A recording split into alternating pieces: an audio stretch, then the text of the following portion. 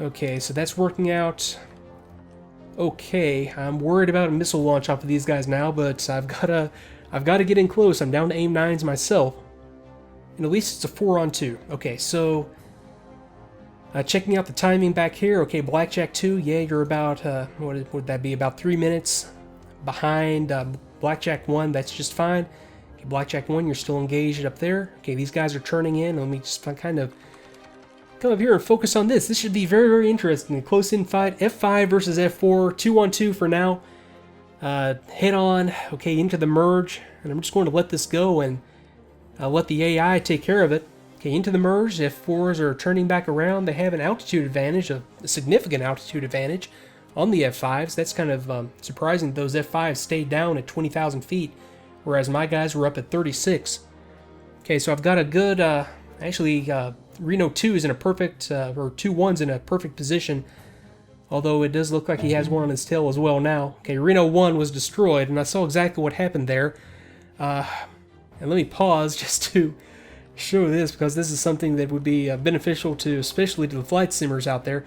Now, what happened there was that, okay, we got into the merge, and let me bring up the blue pin. So that aircraft that just got shot down got itself into a position where it was between these two aircraft. It was turning to engage this aircraft. That left this aircraft able just to come in here, and it was probably, what was that got him? Yeah, an AIM-9 shot right into the tail of that F4. High probability of kill on that one. Looking straight down the tailpipe, 84% probability. So ideal situation to get killed, and it was all because he just picked the wrong one to go after.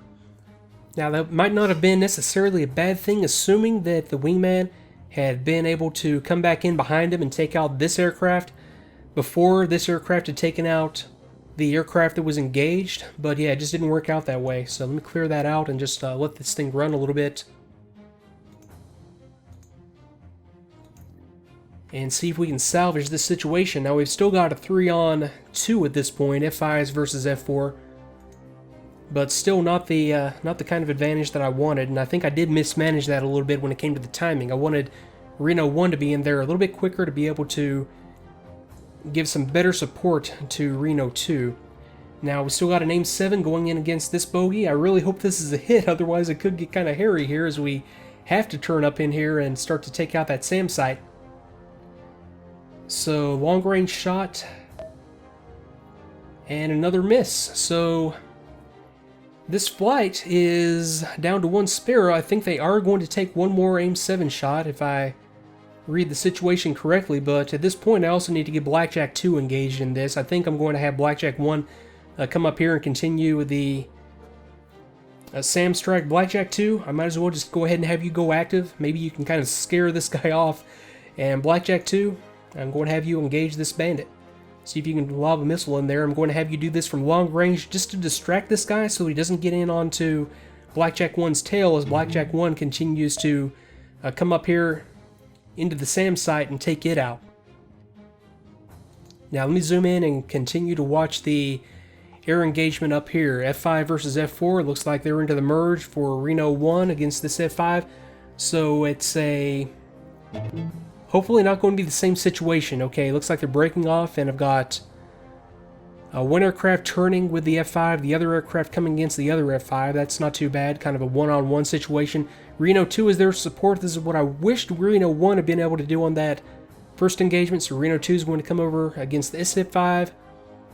And you can see and I interpret this to be kind of a advantage on the F5's end as far as turning radius. I don't even know if turning radius and, aircraft maneuverability, I don't know if it's modeled this specifically, but okay, I've got an AIM-9 launch against this aircraft, so that's going to be a little bit hairy. It's about as best geometric setup as I could wish for. Okay, that AIM-9 looks like it is going to be spoofed. Actually, no, it's going against Reno 1, so let's see if we can get lucky here. Okay, and let me pause and see what happened there. Okay, AIM-9 in, attacking Reno 3, base probability of hit 80%, adjusted for target speed. Okay, so no impact. Reno 3 has nominal agility 3.5, adjusted for proficiency 2.8, so I lost a little bit due to pilot proficiency. High deflection impact final agility modifier minus 28%, final probability of hit 52%. So it was really just the agility of the aircraft and the pilot proficiency that, or lack thereof, that made it that high, in fact, for that high deflection shot. Okay, so that's interesting details. I like the way that all this stuff is modeled. Okay, another AIM-9 going out there, and one other thing that I did notice is that we have the AIM-9N model is the one that's being employed by these F5. Okay, Reno 3 is destroyed, and like I said, I didn't want to get into a close-in fight, F5 versus F4. Okay, looks like they're taking a gunshot on Reno 2. And I don't like this at all, actually. I think these guys are going to be lucky to make it out of there, in fact. So let me pause right here and think about this for a second. Well, in for a penny, in for a pound, I guess. I'm just going to let that run its course.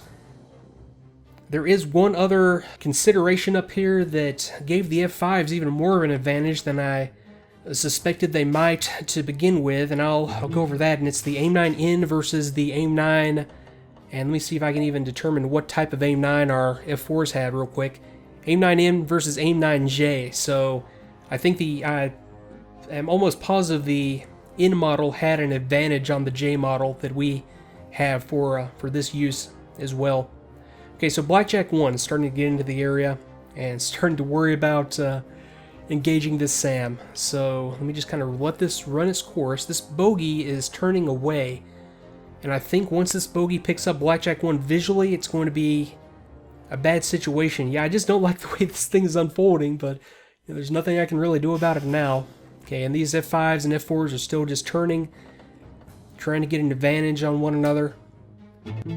And I think it's about a 50-50 shot as far as who comes out on top of this. I don't expect for both of these F4s to make it out. One of my guys did take an AIM-9J shot, so we'll see how effective this is. Hopefully that's going to be a kill. It is! Okay, F5E is hit.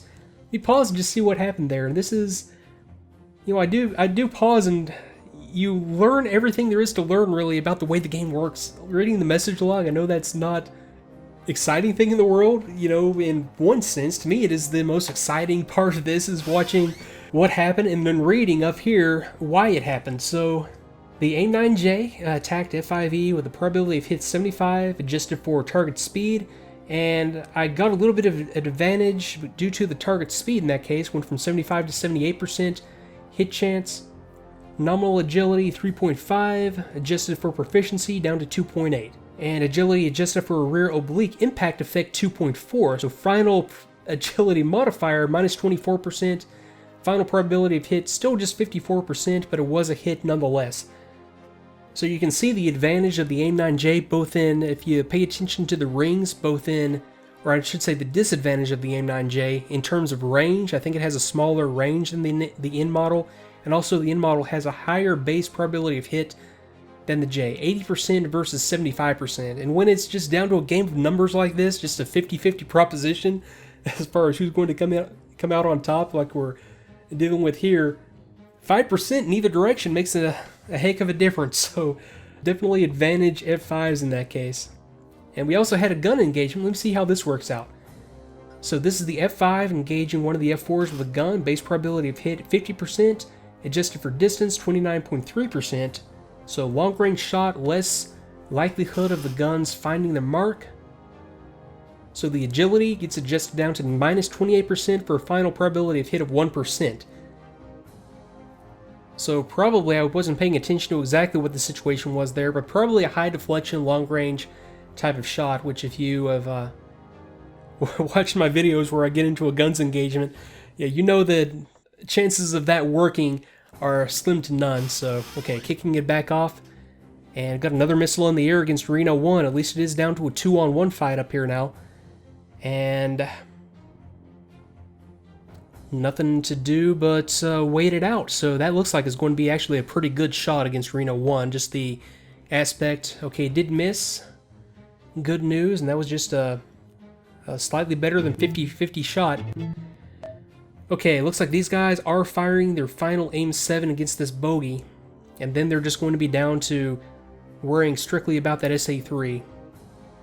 So let's hope we get lucky on this shot, because I don't think the Blackjack 2 is going to make it in there in time to give any kind of an assist on dealing with this to Blackjack 1. I could turn around and wait for the situation to get a little bit better, but I don't think it's going to improve because I have this bogey up here. I think it's a now or never. Otherwise, I might just completely lose part of this package due to the air battle, because I just want these guys to get in there, drop their CBUs on the SAMs, and then help out if they can with the air picture while the rest of the flight comes in here and takes out these revetments. So my plan is quickly falling apart here, although it is still working as well as can be expected. Okay, got another AIM-9. Looks like it's going against a F4 up here. Okay, that was a lucky kill. That was final probability 31%, but we still managed to get a hit out of that.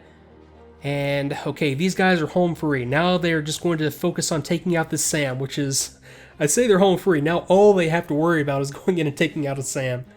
But I'll tell you what, let me go ahead and pause right here. I'm going to take another quick break and come at this fresh.